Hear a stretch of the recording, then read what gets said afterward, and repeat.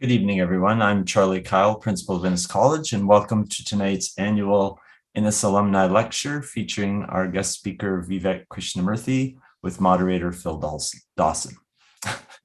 You'd think Dawson was a name I could get right. Before I go on any further and try to ruin other people's names, let me read the land acknowledgement. We wish to acknowledge this land on which the University of Toronto operates. For thousands of years, it has been the traditional land of the Huron-Wendat, the Seneca, and the Mississaugas of the Credit. Today, this meeting place is still the home to many Indigenous peoples from across Turtle Island, and we are grateful to have the opportunity to work and celebrate on this land. It gives me great pleasure to welcome you to our annual alumni lecture. We've had a great run in our short history of having this lecture, of stimulating talks on a range of really topical topics. And tonight is no exception. So I'm sure you're going to find what Vivek Krishnamurthy has to say to be both incisive and thought-provoking. But before we hear from Vivek, I want to introduce our moderator, who I think once you hear this impressive biography, you will agree is the perfect person to be the interlocutor with Vivek tonight. So Philip Dawson, know that name, Dawson, is policy lead at the Schwartz Reisman Institute for Technology and Society. He is a lawyer and public policy advisor specializing in the governance of digital technologies and artificial intelligence. Phil has held senior policy roles at a United Nations standards agency, in government, and at a global AI software company. As an independent advisor, he has worked with international organizations, national governments, research and advocacy organizations, nonprofits, and private companies on a range of AI policy issues, including responsible AI, public global governance, AI and human rights, and certification for AI. Phil is a leader in national data and AI standards efforts in Canada. He is also an active member of the OECD.ai networks of experts, a member of the UN Global Pulse Expert Group on the Governance of Data and AI, and Senior Policy Counsel at the Responsible AI Institute. Phil is a former Technology and Human Rights Fellow at the Harvard Kennedy School's Carr Center for Human Rights Policy, where his research focused on the human rights implications of algorithmic impact assessments. A licensed attorney, if it wasn't enough, if he wasn't doing everything else, Phil holds a BA from McGill University, an MSc in comparative politics from the London School of Economics, and a joint BCL LLB from McGill University. Welcome, Phil. Thank you, Charlie, for that kind introduction. I'm just thrilled to be here this evening for what I'm sure is going to be such an interesting lecture, and wanted to say a little bit about how I know Vivek and then also introduce him before we get started this evening. So I first came to know of Vivek through an appreciation of his research and scholarship, in particular, one of the first, let's call it, mapping exercises of the human rights implications of AI, which was done through Global Affairs Canada and the Berkman Klein Center for Internet and Society. And I really encourage all of you to look that one up. This was kind of a big moment for the AI and human rights community in 2018 when this came out. When I heard news that he was moving to Ottawa, back to Canada almost 3 years ago, I think, I reached out to connect. And actually I walked away. It was actually it was still a virtual, it was a Zoom call probably at that point. I walked away from that first interaction inspired, energized in my own journey and sense of mission to help better articulate in as practical terms as possible how human rights law and principles can help drive and inform industry best practices and regulatory approaches. We've since exchanged notes, worked on parallel research projects for Global Affairs Canada, been colleagues as fellows at the Carr Center, and now, as the policy lead at the Schwartz Reisman Institute for Technology and Society at U of T, I look forward to finding even more reasons to invite Vivek back to university events and to continue to deepen collaboration between Canada's academic institutes as we make progress on these important topics. And so without further ado, and because we've all been wondering if you can actually say that on the internet, it's my pleasure to introduce our speaker for tonight.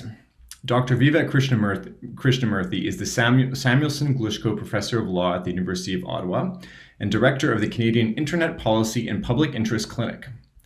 Vivek's teaching, scholarship, and clinical legal practice focus on the complex regulatory and human rights-related challenges that arise in cyberspace. He advises governments, activists, and companies in the human rights impacts of new technologies and is a frequent public commentator on emerging technology and public policy issues. And in this regard, he is truly a global expert. Vivek was previously the assistant director of Harvard Law School's Cyber Law Clinic and counsel in the corporate social responsibility practice at a large American law firm. He is a Rhodes Scholar and clerked for the Honorable Justice Maurice Fish of the Supreme Court of Canada upon his graduation from Yale Law School.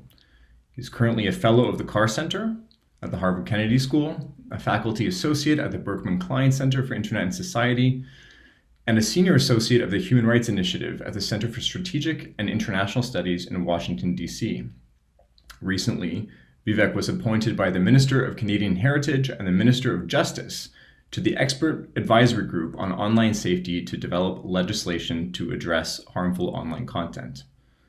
And of course, he is a proud alumnus of Innis College, which I have come to understand this week is a small yet very proud group. So Vivek, with that, tell us, can you say that on the internet? The floor is yours. Well, let me start, Phil, by thanking you for that very kind introduction. And I'd like to say how happy and honored I am to be here. Big thank you to Principal Charlie Kyle for inviting me to give this lecture. It's a true honor for me. It's my 20th anniversary of graduation. Doesn't feel like quite that long since I left the college, but I'm very happy to be back virtually on this occasion. I'd like to begin by acknowledging that I'm at the University of Ottawa today, and that we are located on the traditional and unceded territory of the Anishinaabe Algonquin people.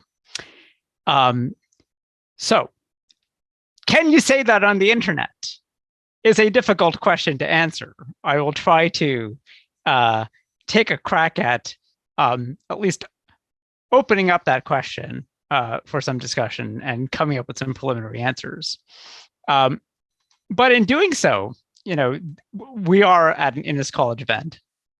And, at the time that I decided to choose Innis, I'll be honest, like many students of my generation, we were after the residence, which was brand new at the time.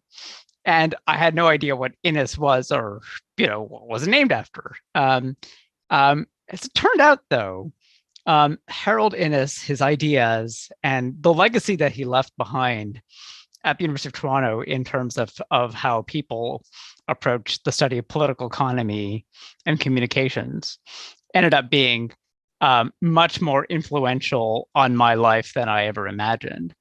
And as we'll see later on in the lecture, some of his ideas around bias of media, I think are really important to understanding the role that the internet and various forms of internet communication play in our lives and how it is that we grapple with them.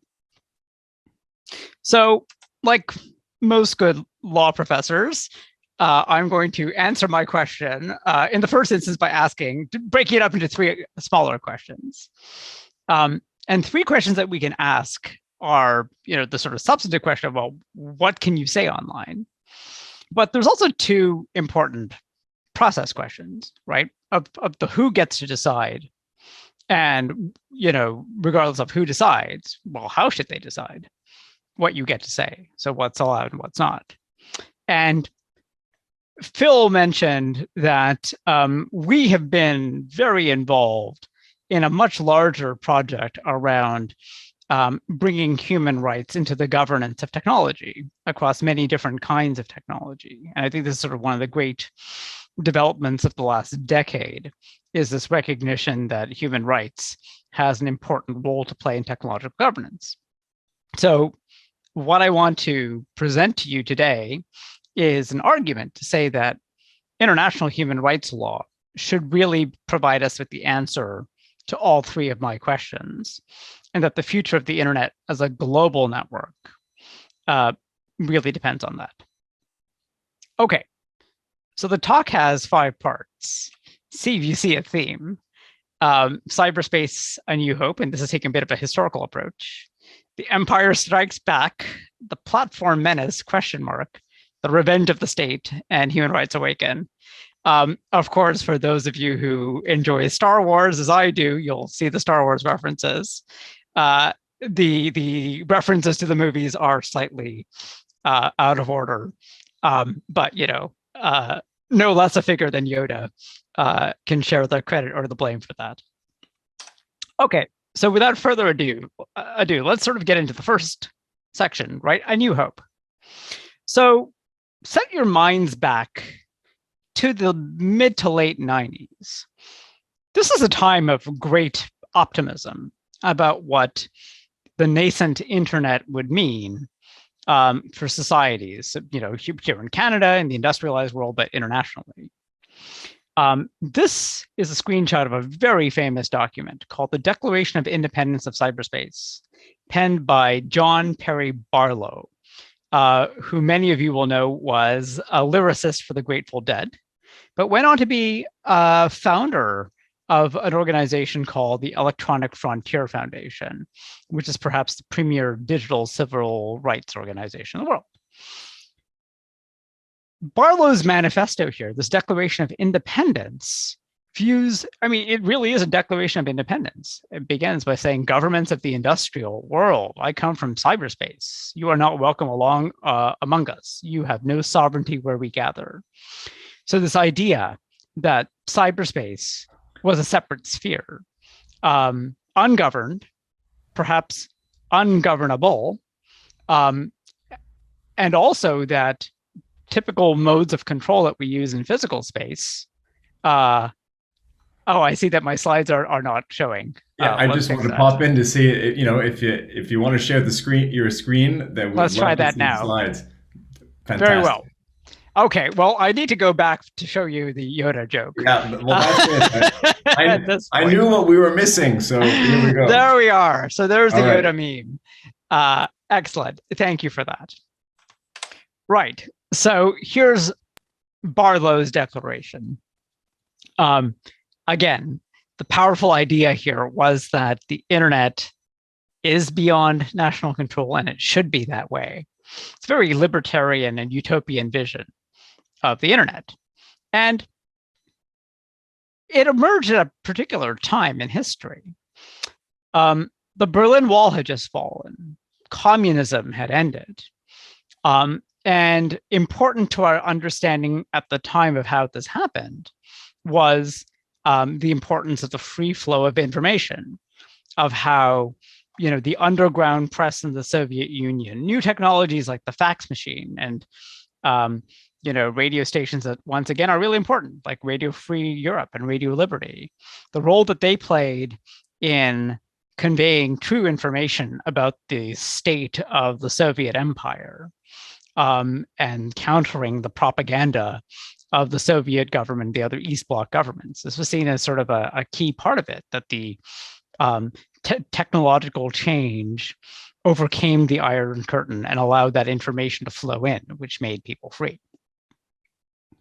It was also an era of real utopian thinking about some of the other impacts of the internet too, that technology was not only democratizing, it was going to globalize us. It was going to bring us together culturally, but also economically, right? The idea that we can today have this talk online, and I don't know where everyone's attending from, but I'm sure that some of you are quite geographically distant. And Tom Friedman of the New York Times, in his book The World is Flat, talks a lot about these trends of how high-speed internet connections internationally allow for things like offshoring, right? The fact that you can have a service economy grow up in India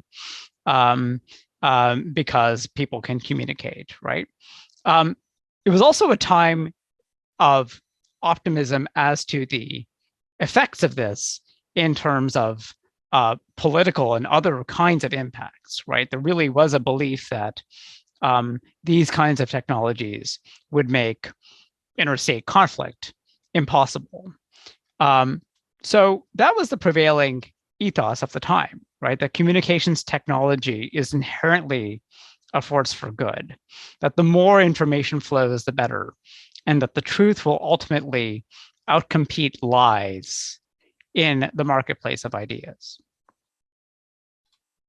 This brings me to part 2, which is The Empire Strikes Back.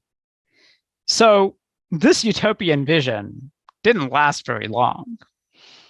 The idea that cyberspace was this space apart beyond the writ of governments really proved wrong in a number of ways. And it began with the copyright wars. So in the late 1990s and early 2000s, new software, new technologies like Napster, which probably no one younger than me remembers, was used to, share music and other kinds of digital files online, and resulted in lots of lawsuits flying around in many countries and lots of law reform on trying to stop online piracy. And this is still a challenge today. But I think it was like the first great demonstration of the idea that, normal laws didn't apply online was false. They were going to apply. They might apply differently. They might be problematic to apply, but they were certainly going to be applied there. The next big development, conceptually, as I see it, was not just that the law could apply, but the network was not beyond control in a way that some of the early thinkers thought it was, right? So there's this idea in the early internet that, you're anonymous, no one can monitor you, that the communications couldn't be blocked. And that goes back to the architecture of the internet, right? It was designed by the US Department of Defense to be a resilient form of communication that would survive nuclear war, in part because bits of information floating around on the internet, sent via the internet, can take any path, right, between points A and point B in that network to get there. But we learned that, in fact, you could try to block things. You could try to filter the internet. And China is the most famous example of this with its so-called Great Firewall, right, whereby the Chinese government censors what Chinese internet users are able to see, right, by blocking certain kinds of websites from the outside world that they deem undesirable in China. The reason that they can do that is that the internet, though we think of it as a virtual space, is very much part of physical reality. Here's a map of the major fiber optic submarine cables of the world. And, as you can see, these are the cables that, connect, again, continents, right, online. And if you're a country like China, if you control those points where the cables come in and you install your powerful technology to monitor and filter, you can pretty effectively police content online, right, and engage in really a form of censorship that was quite invasive, right, and very much more precise than other forms. So that's sort of the second thing that we realized in this theme of the empire striking back. The third is that, internet companies are no different from any other companies in that they need to follow the law of the places that they operate in. So here's a screenshot from the New York Times from 2007 that involves an incident where Yahoo, which was then operating in China, operated an email service, responded to, essentially a government demand for someone's email. The email account in question turned out to belong to a journalist who had anti-government views, and the emails were used to convict him of political crimes. Yahoo got raked over the coals for doing this, right, for complying with the Chinese government demand, and for putting itself in a position where it had no choice but to comply because it was physically present in China, right? So this is sort of yet another realization, right, that of course governments are going to enforce their laws, whether those are good, bad, problematic, or otherwise. But there's a fourth piece of it here, which is that the nature of the internet. So, of course, in the case that I just talked to you about, Yahoo had built infrastructure in China. They had servers, they had offices, they had people. But again, the thing about the internet is that we can communicate with anyone anywhere, more or less, right? So if you're a website based in the United States, Canada, South Africa, you're going to have effects that are felt in many different countries around the world because your services are available there. Which brings me to a very famous case in France, also against Yahoo. And you've got to remember that at this time, this is the early 2000s, Yahoo was the Google of our day, right? It was the biggest internet company with all kinds of services that it offered, right? So it's interesting that all of these early cases involve Yahoo. So Yahoo ran an auction site similar to eBay, and a French, essentially a French non-governmental organization that was involved, an anti-racist organization, sued Yahoo in France for violating French law that prohibits the sale of Nazi paraphernalia. Yahoo said, well, two things. We're not selling it. We just provide this service, this auction site, right? The people who are violating the law are the people who are actually offering the items for sale. Point one. Second, we're here in California, not in France.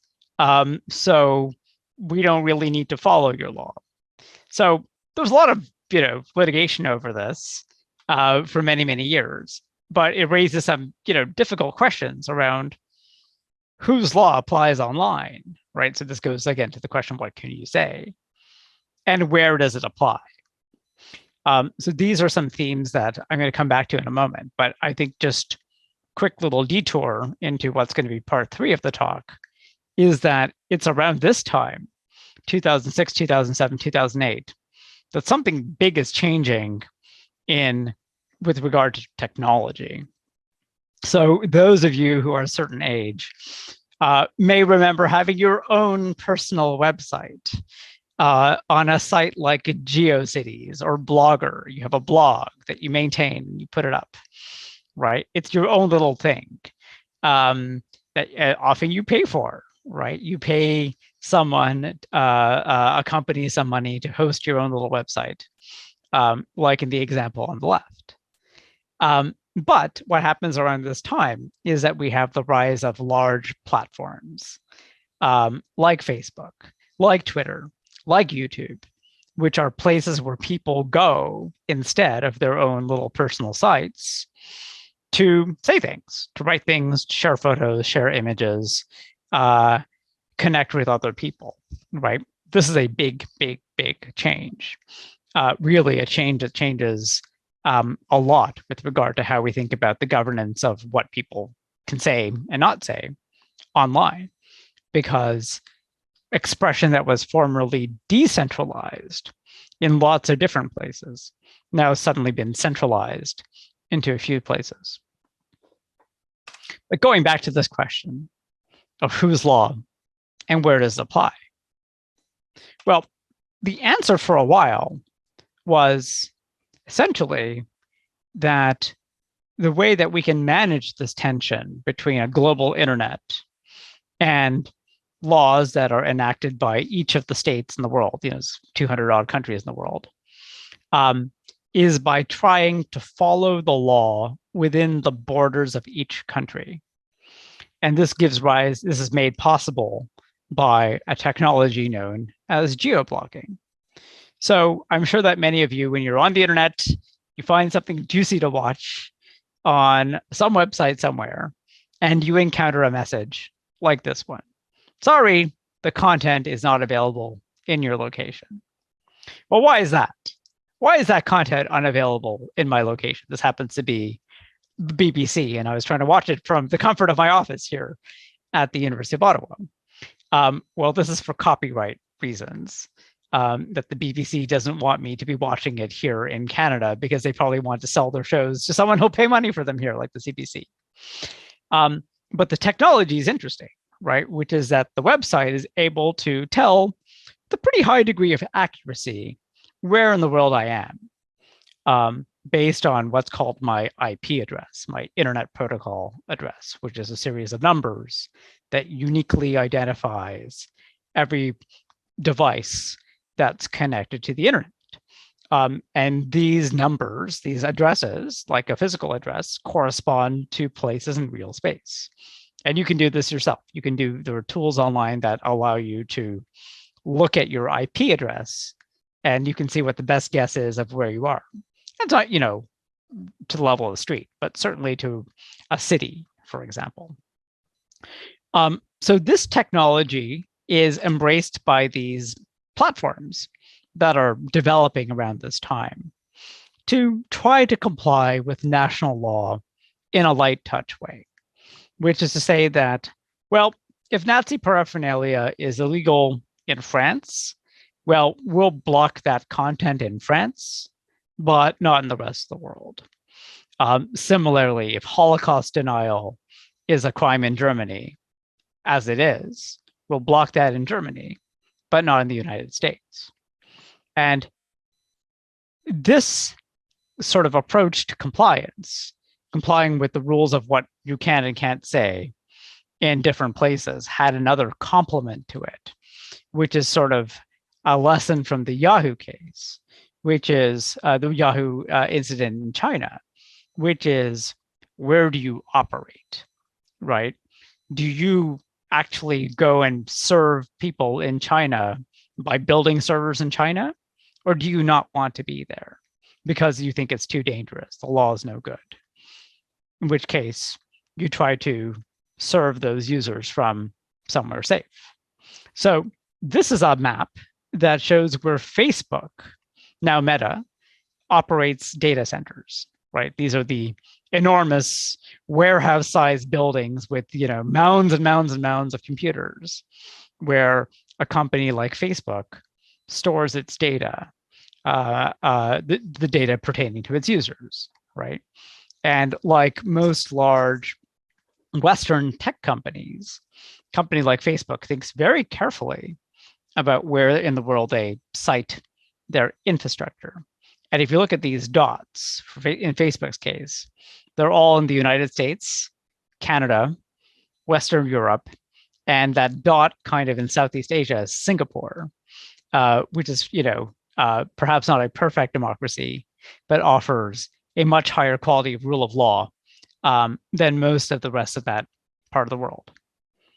Okay, so this is kind of where we ended up 10 years ago, right? This is sort of how we managed this tension between the global internet and the national law. So to recap, essentially, company is very careful about where it operates, and that a company complies with national law to some extent using this technology of geoblocking, right? So what you can and can't say is governed to some extent by where you are.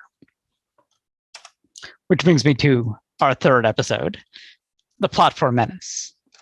So I briefly alluded to the fact that around 2006, 2007, we saw this big change in the way people communicate online, right? Away from having your own personal blog or website to using a service like Facebook.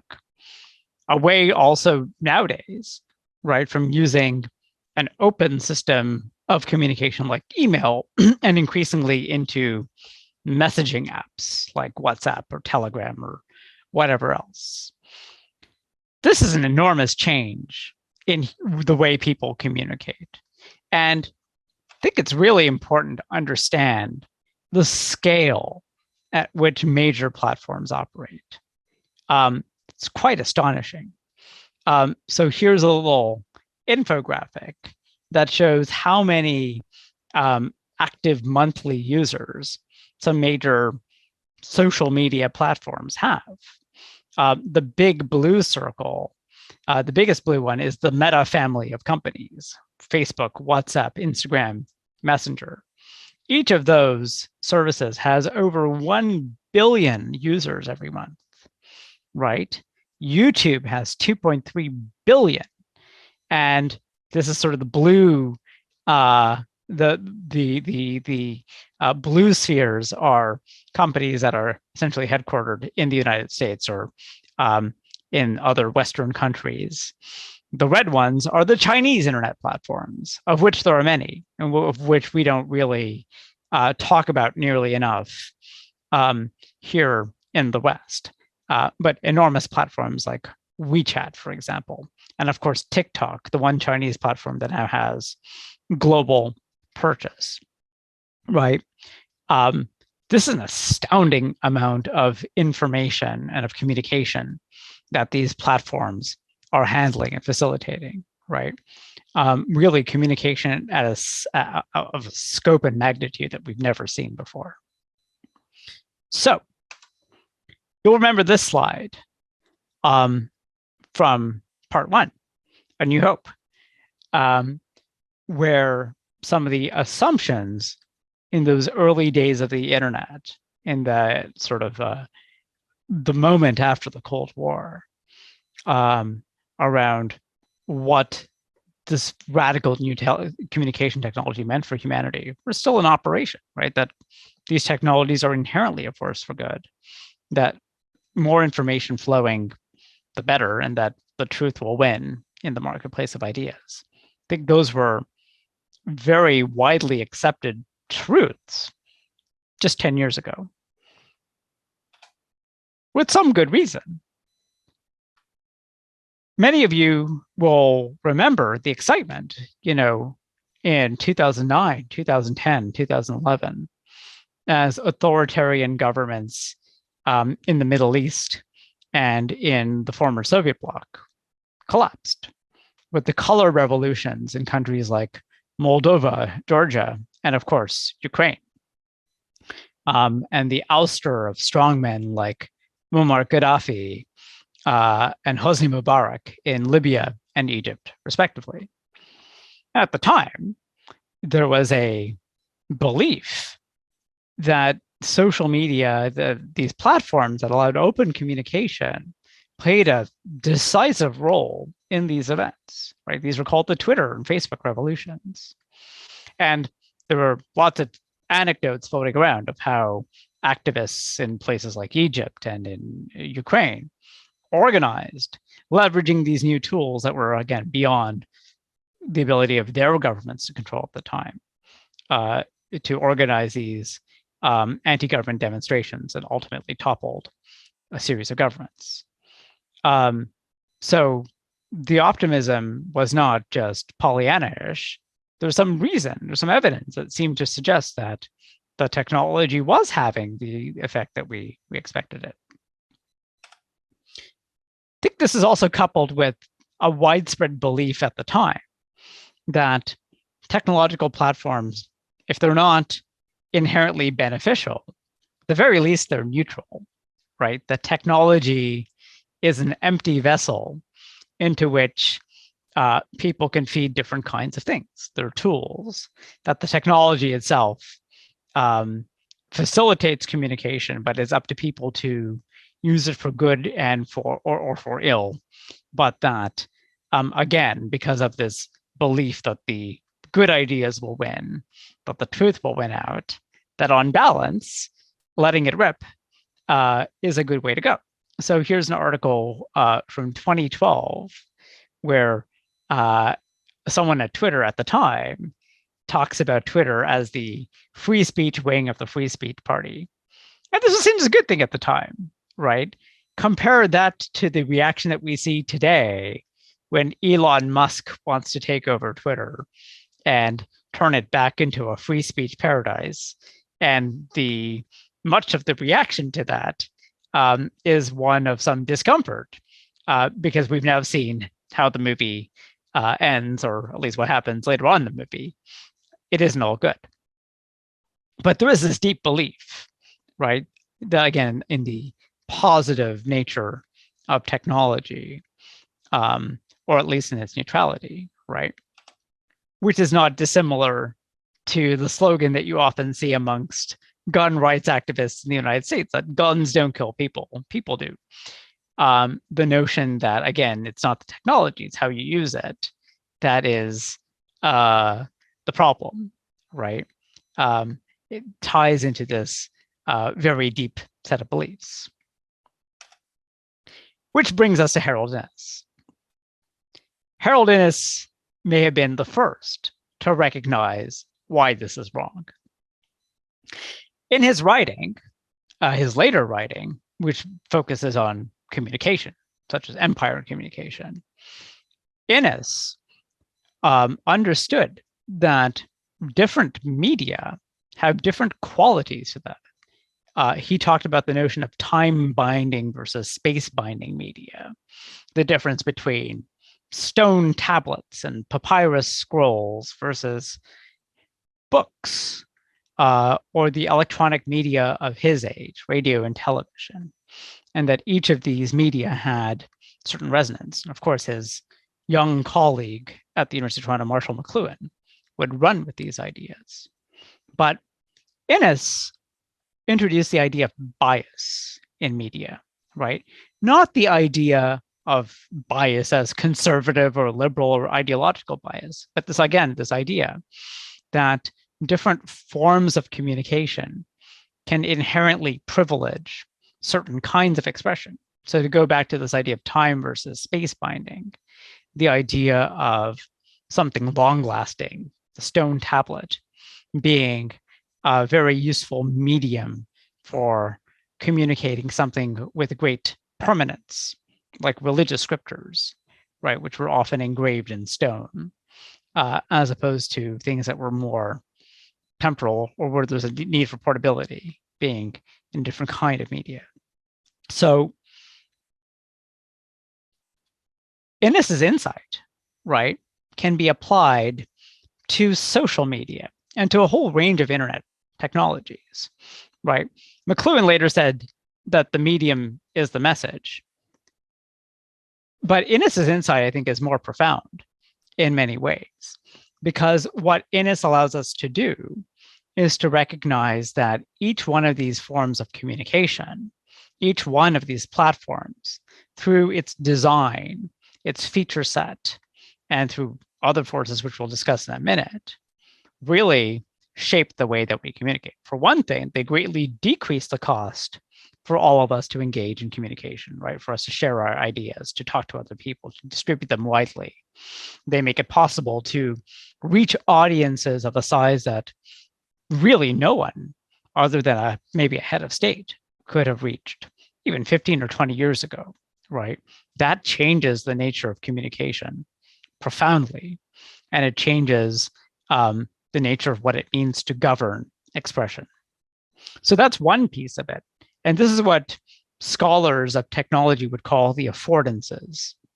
That's the fancy scholarly word for saying the features, right, that change and provide abilities for us to communicate with each other.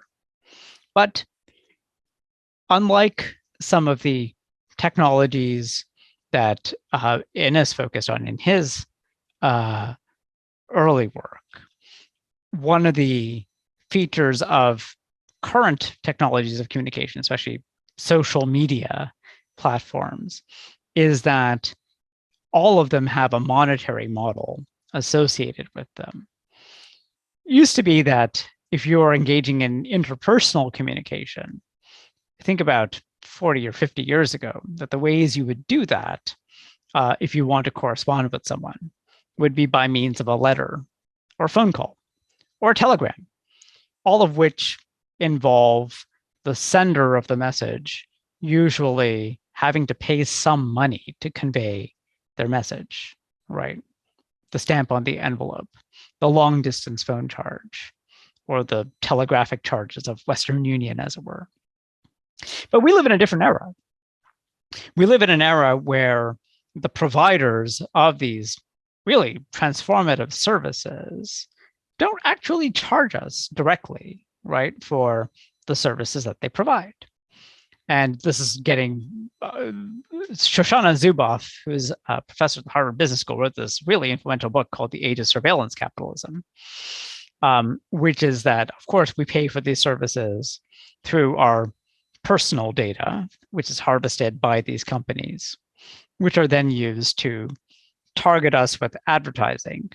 And that business model, which allows companies to monetize, make money off of our activity on a platform like Facebook or YouTube, prioritizes serving us content that's engaging, much of which is sensationalistic or flat out false, right? And this is yet another way that the media of communication exhibit bias towards certain kinds of things, right? Which is that the platform is not neutral. It has interests that it's pursuing, independent of the design and the affordances that it provides. So Silicon Valley, I think, has come to realize this, that the idea that they're just neutral purveyors of software products is false. And I think there's a growing recognition that they are, as a friend of mine, Kate Klonick, puts it, the new governors, right? They are the people who now govern online speech for much of humanity. And they do so through a variety of means, often by devising very complicated and detailed rules of what you can and can't say on a particular platform. And the complexity of this endeavor is staggering, right? This is an endeavor that seeks to govern how hundreds of millions of people are communicating every day in real time across every human language, right? At an unimaginable scale, and not just in text, right? But in photos and videos as well, right? The scope of this task of moderating content on the internet is enormous, right? And it's difficult. So we can certainly ask questions about the process, but we can also ask questions about how they decide. So in 2018, Mark Zuckerberg invited controversy, as he often does, by explaining why Facebook permits Holocaust denial on its site, while prohibiting lots of other stuff that many people would say is inoffensive, including most forms of nudity. And Zuckerberg gave an answer which is not unreasonable, right? Which is that he said that he found Holocaust denial offensive, but that he didn't believe that Facebook's role was to police the truth, and that they shouldn't necessarily take down content just because it was wrong. Of course, in this case, it's not just wrong, it's deeply offensive and illegal in many countries. But this raises that question of who decides. Should it really be Mark Zuckerberg who gets to make that call? Who elected him after all? And what's the nature of the legitimacy of him personally, or of a company like Facebook making these decisions on behalf of its billions of users? This brings me to the fourth part of the talk, which is what I call the revenge of the state. So, at the same time as platforms are grappling with their own responsibility for what they've created, there's also this question of the constructive and destructive role that governments play in this space. Let's start with the more pernicious side of things. One of the realizations that we've made, I think, very dramatically in the last 6 or 7 years is that as much as we may find companies to be less than perfect in the way that they operate, governments can be very malevolent in their abuse of technology, of the internet, and of platforms for various purposes. And of course, Russia is the prime example of this kind of conduct. The building pictured on the left of the slide is a headquarters of what is known as the Internet Research Agency, which sounds innocuous, but it's actually the Russian government outfit that was largely responsible for sowing disinformation ahead of the 2016 US presidential election, right? And I'm sure many of you have seen the full range of Russia's activities, which included purchasing advertisements that were misleading, all kinds of different tactics, right? Fake accounts, bots, amplifying certain kinds of messages, really creating a lot of havoc, right? So there's the unofficial side of things with regard to the information warfare and influence operations run by something like the Internet Research Agency. But then there's also all of the bad stuff that the Russian government puts out through state media, for example, through Russia Today, its worldwide TV news channel. More on that later. The point here is that states can pollute the information environment or seek to weaponize certain aspects of platforms for their own political aims. So there's also, perhaps less familiar, is this notion of what's called job owning, which is starting to be discussed sort of in the scholarly community, which is the idea not of formal government action, but rather of coercion. The idea that placing pressure on different kinds of actors, including technology companies that run large platforms, to do the government's bidding or else. And here's a picture of Donald Trump, who was a very prominent practitioner of this tactic, right? By essentially threatening to legislate or take certain kinds of other actions against tech companies unless they did his particular bidding. Now, in a society like the US, where there's strong rule of law, this is perhaps a bit less of a problem than in countries where rule of law is weak and where pressure exerted by government officials upon people in a company, especially who happen to be on site in a country, can be very coercive indeed. Okay. So there's not only the impacts by the state to sort of use technology for its own aims, whatever they may be, often nefarious, but there's also, I think lots of efforts around the world to regulate technology. Germany has been a leader in this in terms of a set of laws that require companies that operate in Germany to take down content that is illegal under German law within 24 hours, or else face significant fines. This is a law known as NetzDG. And we may say, well, that doesn't sound so bad.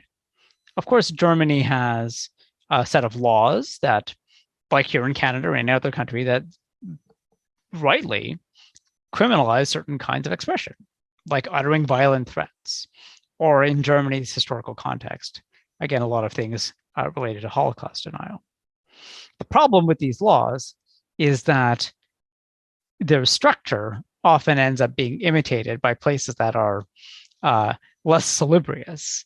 Great example of this is Pakistan, which, echoing Germany, said, well, we're going to do the same thing with our laws, including our law on blasphemy, which is that if you don't take down blasphemous content within 24 hours in Pakistan, we will come after you with significant fines.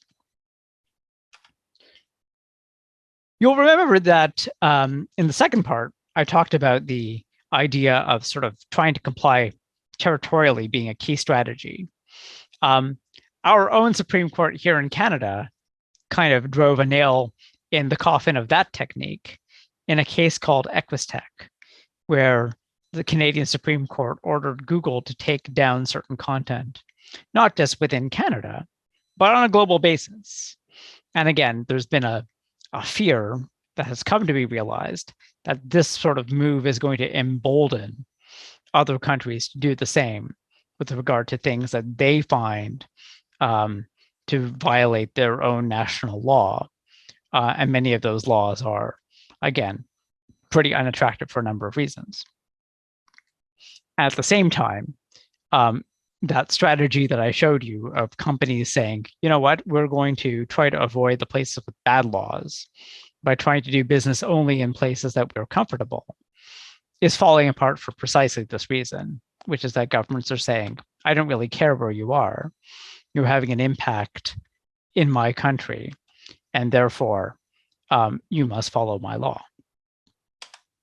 This brings us to a paradox, one that has sort of haunted the governance of the internet since its early days, right? Which is that how do you reconcile the idea of a global network with national laws when it comes to content, when it comes to privacy, expression, you name it?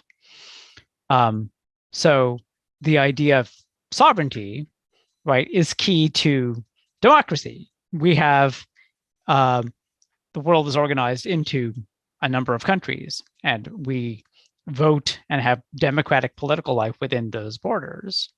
So on the one hand, you would want technology companies like anyone else to respect the law, but not everywhere is democratic.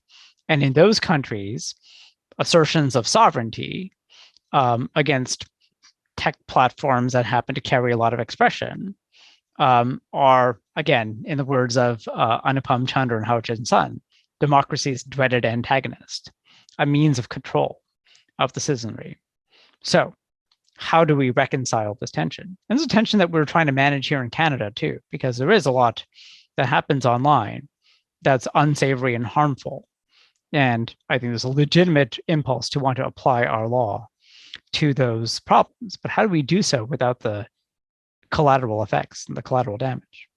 This brings me to the final piece, which is, again, Human Rights Awaken, the last of the Star Wars analogies, I promise. So my argument here, this is an argument that I think a lot of people have been making, one that I hope that to share with you this evening, is that the way that we reconcile these tensions between national regulation and a global internet is ultimately looking to a global source of law to resolve these problems. We in Canada have a very proud tradition when it comes to being a leader among nations in promoting respect for human rights. And of course, human rights is this imprecise term, but as a lawyer, I'm going to run with the idea that this is a body of law, special body of law, an important one, a unique one, but a very important one. This is a picture of Eleanor Roosevelt in 1948, holding the Universal Declaration of Human Rights, enacted after the horrors of the Second World War, the first sort of international guarantee of the rights that all people enjoy by virtue of their humanity. So, human rights are law. They're a universal form of law that apply to all governments. And the first instance, as mentioned here, they apply to government action, right? So of course, there are lots of rights. The one that's most relevant to our discussion today is the right to freedom of expression, which we enjoy here in Canada, as do many people in democratic countries. But of course, not everywhere is this right respected.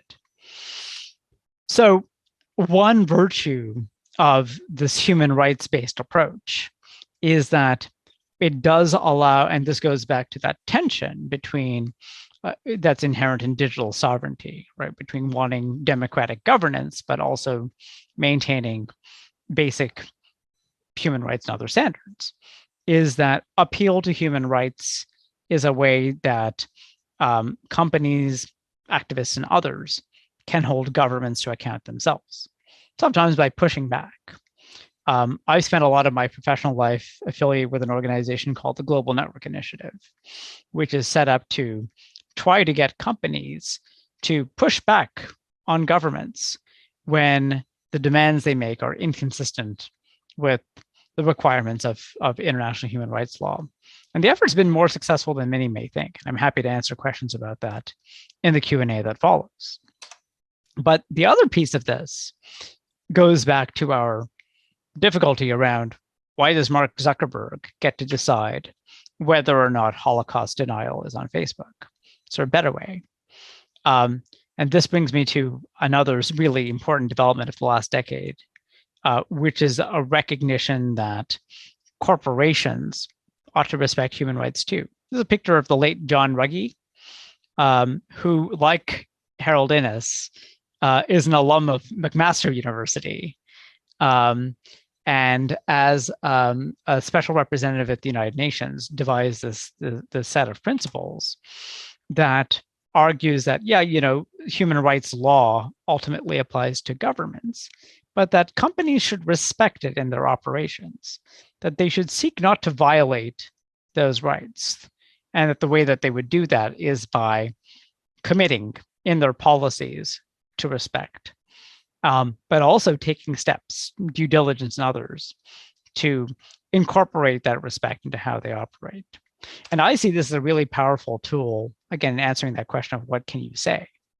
The answer that I would say is that what you can say online ought to be determined by the human rights regime, right? By what the whole community of nations says is acceptable as opposed to unacceptable. And we see a trend of companies aligning themselves to this now. Here's a statement from Google, their human rights policy that, again, espouses respect for human rights and seeks to align their company with these policies. We see this in the work of the Facebook Oversight Board, sometimes called the Supreme Court of the Internet, whereby Facebook has decided that, again, rather than having Mark Zuckerberg have the final word, that they would have a set of 40 noted dignitaries from around the world sit and decide what's permissible and not, and that they would use this body of international law to guide their decision-making. And this has real practical applications in the situation that we're in today, with the horrors of the war in Ukraine. There's a lot to be said about what's happening in Ukraine, but one of the most pressing problems that we see is Russia's weaponization of state media and social media to spread its propaganda. And in the early days of the war, there was a real difficult set of questions about what to do with a channel like RT, right? The Russian state broadcaster, which has been a key vector of spreading malicious propaganda, such as the biolabs conspiracy, which without any evidence whatsoever suggests that the United States was helping Ukraine develop biological weapons. Completely untrue. And yet, the very kind of propaganda that can serve as a pretext for Russia's military actions.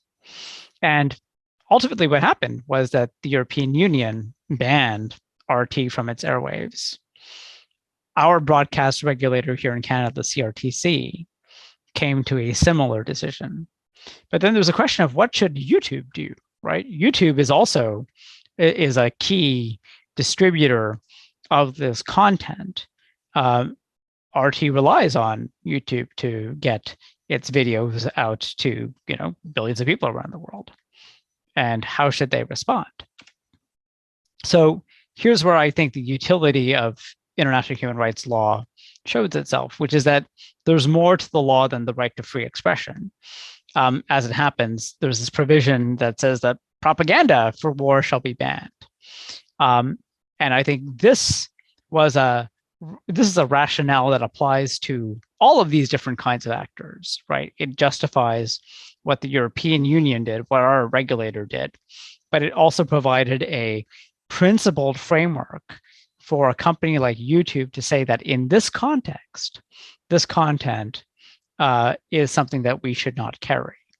And having that decision being based on a body of law that binds governments and that has guidance and a sort of moral call on companies is much better than the arbitrary decision-making of a CEO. And we see that it did actually have a real impact in terms of how Russian disinformation was spreading online. So, to close, I'm advocating for a globalist approach to this set of problems, one that recognizes the importance and the universality of international human rights law, something that we devised again after the Second World War, when we made these commitments to never again engage in such horrors as occurred in that war, in this moment of war that I think has special resonance. But it's at a moment of great peril, right? Democracy and human rights are in decline in much of the world. There's growing skepticism about these concepts amongst many, many people as there's an authoritarian turn. I really devoted my professional life to this idea of a global internet, an open one that is a rights promoting technology that is grounded and governed by human rights. So it's a moment of peril, but I think this dark moment is a moment where, as in the Star Wars movie, where we have to find those reservoirs of hope. And I see great hope in this particular approach to dealing with some of our most challenging problems of online governance. So I'll end it there and look forward to your questions, to a great discussion.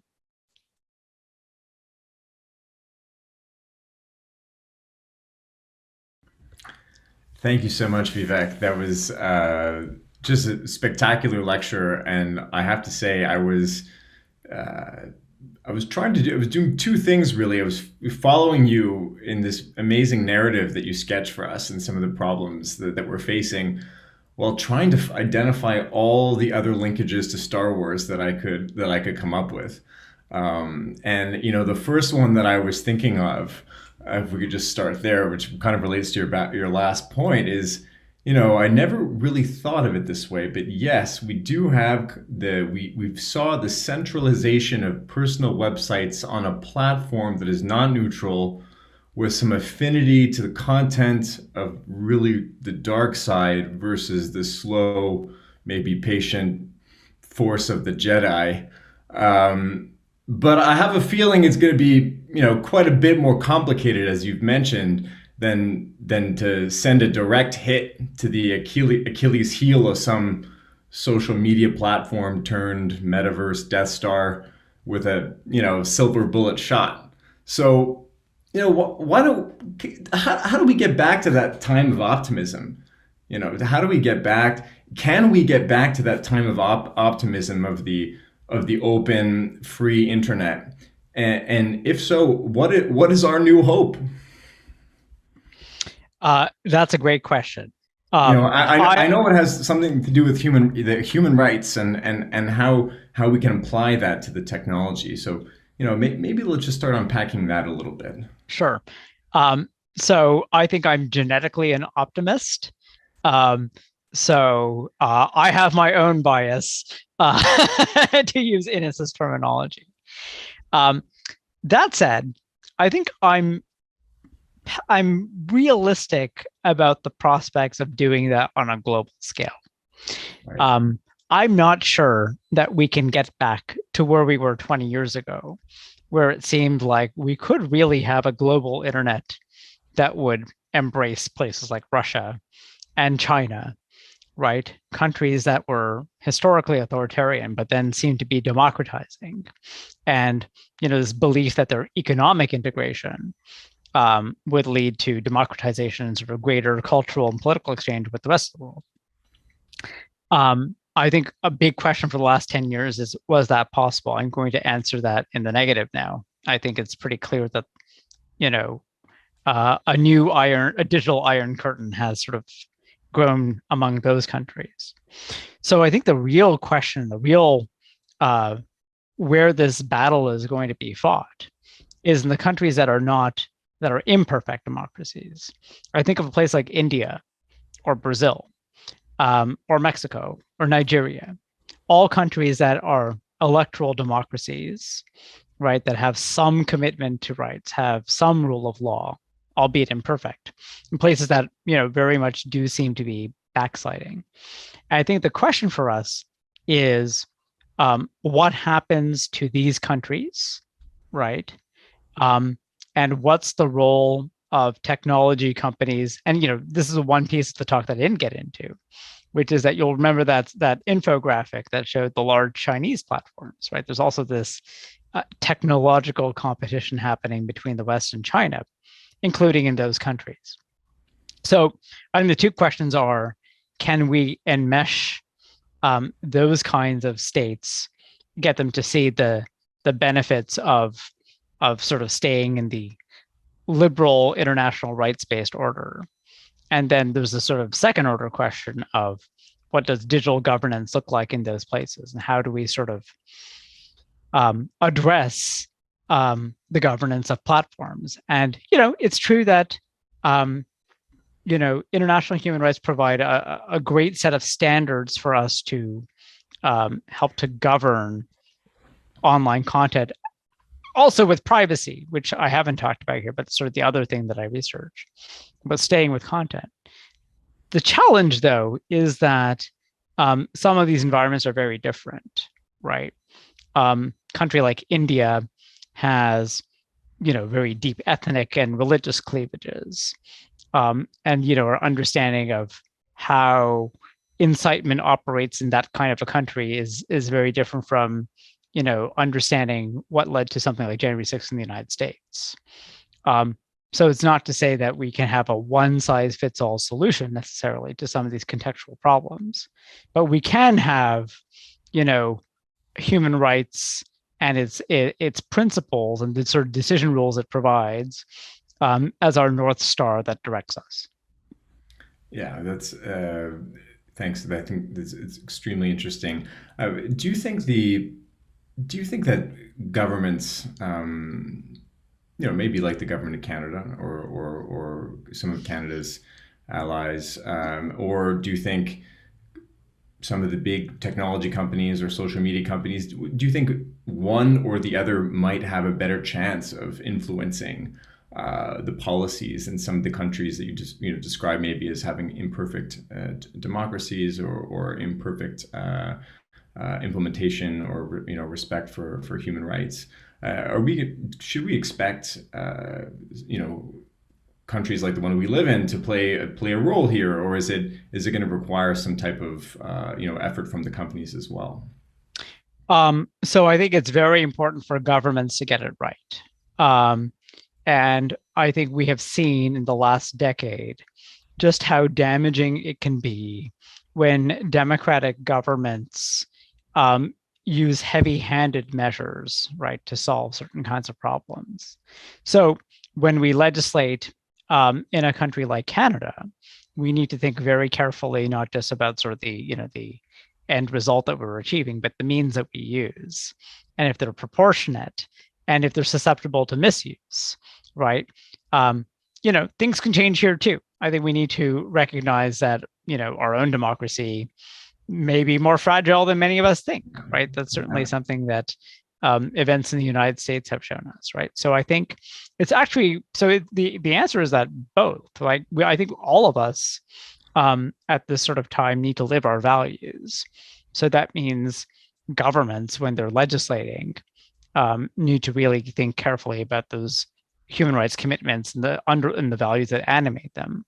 But it's also incumbent on corporations to live those values, right? So I actually do see it as a positive development that we're moving away from, it's what the founder said, to something a bit more sophisticated. Which not to say that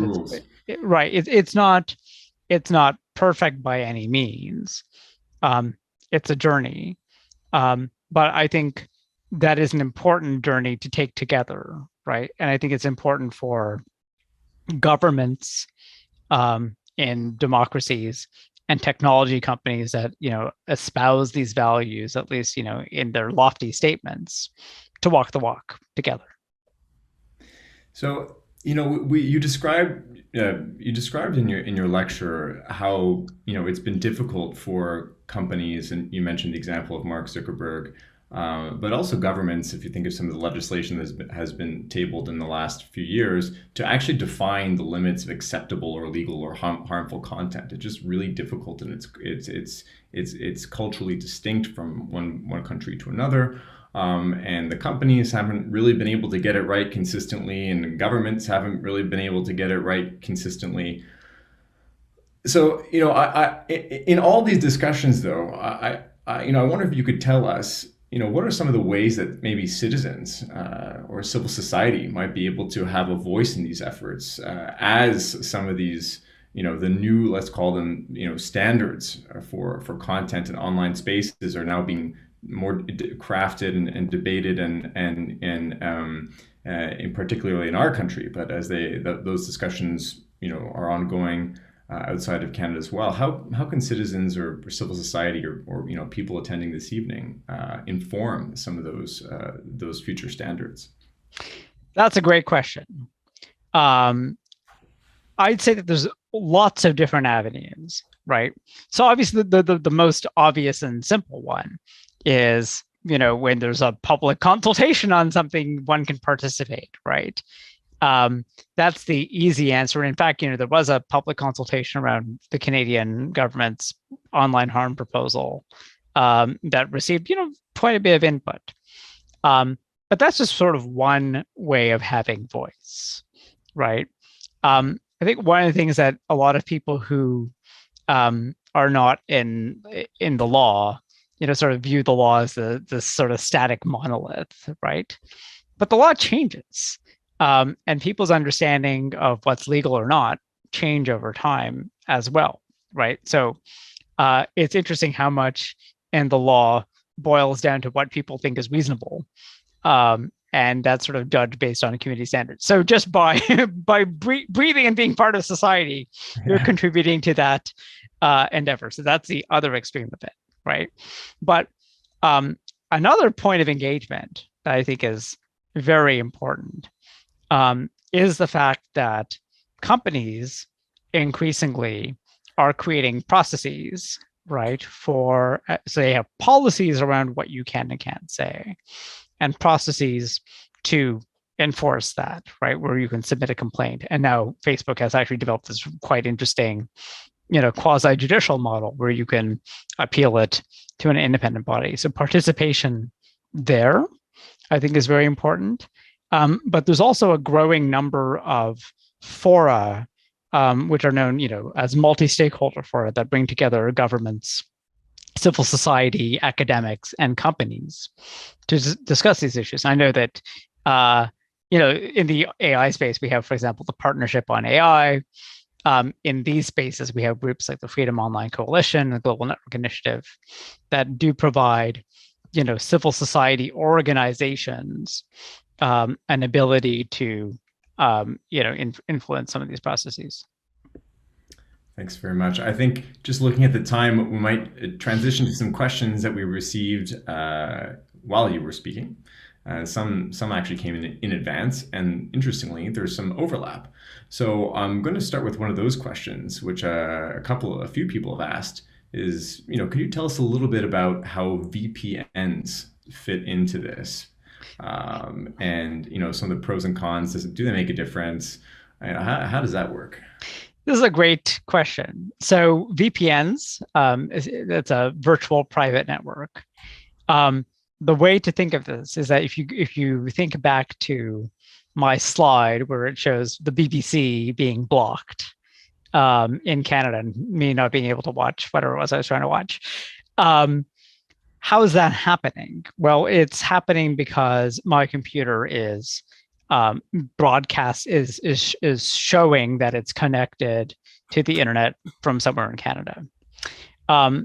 Many folks who work for a large company or university probably have VPN software that allows them to access things that are inside the company network, for example. When you do that, they're called tunnels, and it's a great analogy. The idea is that from wherever in the world you are, you create this little tunnel that goes somewhere else, and then from there you connect out to the open internet. This is a very important technology of censorship evasion.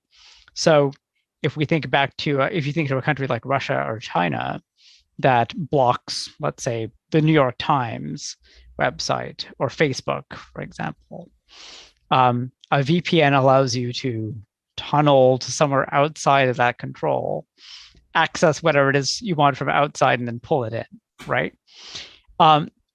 So in the context of a regime of censorship, this is a great tool. right? That can be used by people who want real information or want to communicate privately, because it also increases the security, your internet security. On the other hand, if you're a government trying to enforce your law, you're very concerned about this because it means that people can evade, right? So there have been a number of cases in lots of different countries where, there's this decision, or the courts have to decide, do we ask the company to follow our law within our country, or do we say you must, follow it globally? And often there's this sort of concern or evasion that people are going to use a VPN or some other similar technology to get around the blockage, right? And therefore our order is going to be ineffective in some way. Therefore, we have to go and say, do it on a global basis, right? Which causes all kinds of other problems. Now, the response there, and I think this is, again, something that many non-lawyers are uncomfortable with, but it's the truth. So here it goes, which is that, no law is perfectly enforced. I'm sure many of you drive on, the 400 series highways. I'll be damned if I see someone who's actually going 100 kilometers an hour. Does that mean that there's no law? No. I mean, enforcement is always imperfect, right? So I think VPNs play a lot of different roles in this conversation. But for us to get too hung up about the less than perfect enforcement of some of our laws because of this particular technology often leads us to legislate in more extreme ways that can cause, a lot of unintended consequences. Thanks. I just learned a whole lot more about VPNs. Before, they were really just a way that I could stream content not available in Canada. I'm sure others listening felt the same. Another question, I think this is really interesting and very topical, but without jumping the gun too much, this person writes, and I think for good reason, in your work on the expert advisory panel, what do you think lies ahead in some of the workshops that are coming, or that might inform Canada's implementation of or regulation of online harms? So I'll be careful in answering this because we have sort of Chatham House rule to sort of protect the deliberations. Yeah. That being said, the worksheets, sort of the summary of the sessions, are being made available online. So what I'm about to say is on the public record because of what we discussed last week.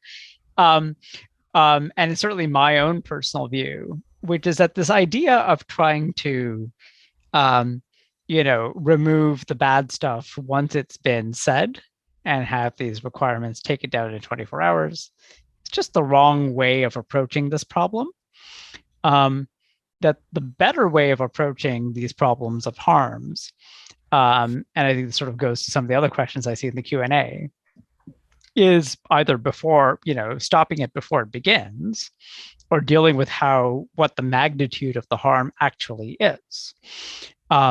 So maybe the question should be less about how quickly do you take it down, rather how broadly do you broadcast certain kinds of content, especially things that are going to have a strong propensity for harm based on various indicators. And maybe that's a better place to look. And this sort of builds on what I mentioned about the United Nations guiding principles on business and human rights. So the idea that we would design greater safety into online services in different ways as a question of how we design the system in the first place, rather than trying to deal with the abuse that happens on the tail end, right? So kind of is it an ex post versus ex ante intervention? And we would say that I would say that the ex ante intervention is always going to be better, right? The ounce of prevention rather than the pound of cure. Thanks very much. I think some of the questions I'm just seeing in the Q&A related to international human rights law and the application of it, in Canada or elsewhere, I think might be interesting to tackle. That's a very big question, right? Like, for a number of years, people have been saying international human rights law. It should be the kind of the foundation of our regulatory approaches. It should inform how we go about this. And now we're getting into the real work of, okay, what does this look like in practice? How does this inform not only the approach but the content? And it's kind of difficult to map against some of the harms that we're seeing that people are experiencing online. So maybe the last question here: do you think the categories of online harms, and it says in the government consultation document, but given some of future discussions as part of the expert advisory panel, you may not want to go there. But to maybe talk more generally about the challenge of kind of mapping international human rights standards to online harms, or and the difficulties that governments face in choosing definitions, or having one approach for all different types of harms and illegal content. How does this work? Yeah, so I think in answering that question, it's important to recognize that all human rights are, almost all of them are subject to reasonable limitation, right? Free expression is not unlimited. There are limits, right? And that's true domestically under the Charter, and it's true under international human rights law. And actually, they look very similar in the way that you figure out what's a reasonable limit. So, the 5 categories of harms that the government has identified, those relate to things that are prohibited in Canadian criminal law already. And I'd say that they align with international human rights standards. There's no real problem there. Where it gets really dicey and very difficult is that a lot of things that are harmful, right, are perfectly legal to say. Now, and that could be in a number of different contexts, right? There are things that are unsavory that people can say that cause injury, that they're pretty offensive, but they're not criminal, right? And they're not actionable under law. This is sort of the problem of what's known as lawful but awful content. That's a really, really hard regulatory space to play in, because how does the government regulate that? But it gets even trickier, which is that harm is often very contextual, right? Something could be triggering for one person, but not at all triggering for someone else, right? Based on their own personal lived experience. And I think this sort of, ties to some of the revelations from the Facebook whistleblower, Frances Haugen, right? About, Instagram and body image in adolescence. Well, it was harmful to some people, right? It increased the propensity of some people to have, seeing those images, to engage in various kinds of harmful behaviors to themselves, but not all, right? So what do we do there, right? Which is that people have different kinds of lived experiences, and the way that certain piece of content lands on them is very contextual. I think that's actually a really tricky problem for the law to answer, right? And it's an area where, again, more thoughtful design of digital services is perhaps the better way of dealing with some of those things. Context is so challenging for lawyers, for judges, for people to really, for lawmakers. But going back to something you said in the lecture, another really big challenge that governments and kind of we all have with these platforms is just the complexity, yes, and context is a big part of that. But it's also the speed and the scale that this takes place at. The amount of content, how it's delivered by the different algorithms or recommender systems, and we know that at least right now in the let's say in the AI world, AI is not really yet reliable enough to help triage and deal with some of the curation problems with let's call it lawful but awful content. Maybe someday, but how do you see us getting closer to, let's say, what good looks like? It seems to me that we'll probably have to rely on technology as it matures, as it becomes more sophisticated, and as performance improves. What do you think? And how far away are we from being able to rely on these tools, which really seem indispensable? I mean, I think we don't really have a choice but to rely on automated tools, just given the volume of what's posted online, right? There's no other way to grapple with it. Now, I think the way to think about it is that every system, whether it's a human system or an automated system, is going to have a failure rate, right? And we can, one of the only positive thing about, COVID and the testing is that people have a much better idea of what false positives and false negatives mean than ever before. An automated detection system, just like humans detecting things, is going to be some number of false negatives and some number of false positives, right? The false negatives being this thing is not permitted, you didn't detect it. The false positive saying this thing is fine, but you flagged it and you acted upon it even though it was permissible. I think part of the answer is that we need to understand that these systems are going to have failure rates and error rates. And there's two things that result from that, which is, first, which way do we want those errors to point, right? If we have to choose for any sort of particular application, the false negative or the false positive, which one is it going to be, right? And I think that's something that we could try to decide by saying, where's the balance of harms and benefits? But the second thing is sort of, what does the process look like? Which is that once that happens, how do you try to correct the errors? What kind of notice do you give people? What does the oversight look like? How transparent are you about how this operates, right? I think those are all kind of process questions. And that's the thing about human rights, is that the human rights system is not just a set of substantive commitments. There's a lot of process commitments too, right? And we can think about this in terms of the criminal law. People have rights to trials and things, but it's true of lots of other rights too, which is that there's a procedure that needs to be followed in enjoying the right or in limiting it. And I think those kind of process commitments are really important as well.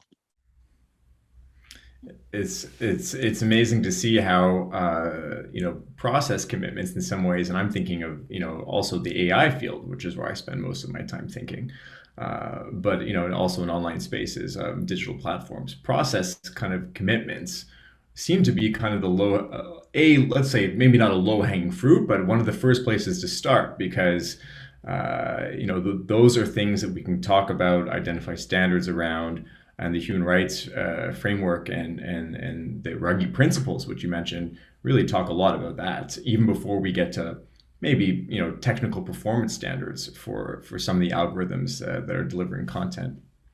So I actually just snuck in a question of mine, which I'm really happy that you got to answer. But we're going to go back to the Q&A list and just do maybe one more, because we are over time, and it's amazing. Everybody seems to be hanging on, and I know I can't take any credit for that.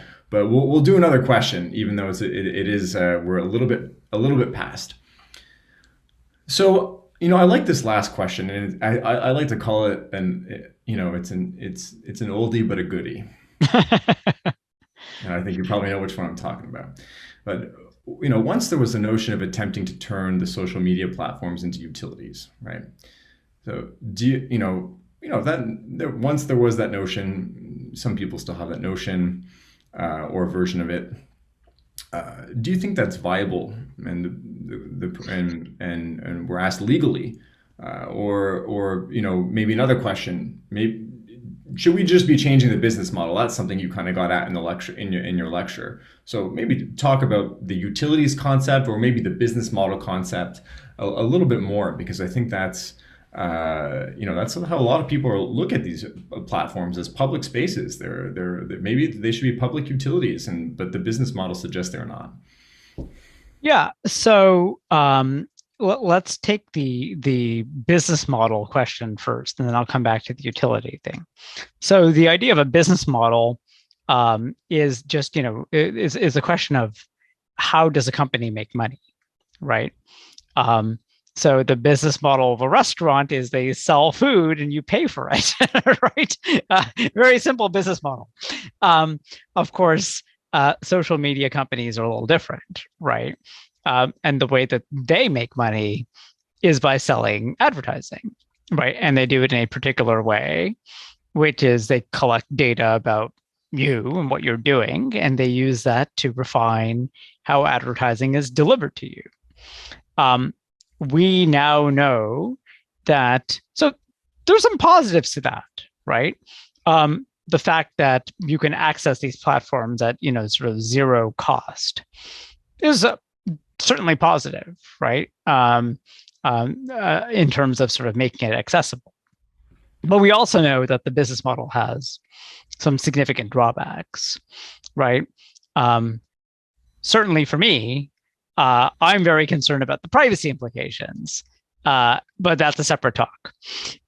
So sticking with the themes here, the idea is, of course, that, as people used to say in a previous media era, if it bleeds, it leads, right? Sensational content draws more attention than stuff that isn't. So, not for any nefarious reasons, but the logic of the business model leads to companies serving up and prioritizing things that drive up engagement. And often that is not the good news stories, but the bad news stories, the conspiracy theories, etc. Do we change the business model completely? I don't know how we do that, but we can certainly smoothen some of its rough edges. So I think, some of the answers here are actually in privacy law around what you can and can't do with people's data, right? But, a different piece of it is going to be not on the business model itself, but rather like the operation of the company, and how does it think about its responsibilities in terms of curating and distributing content. Okay, so where does that leave us with utilities? So the idea of a public utility, right, is some kind of essential service.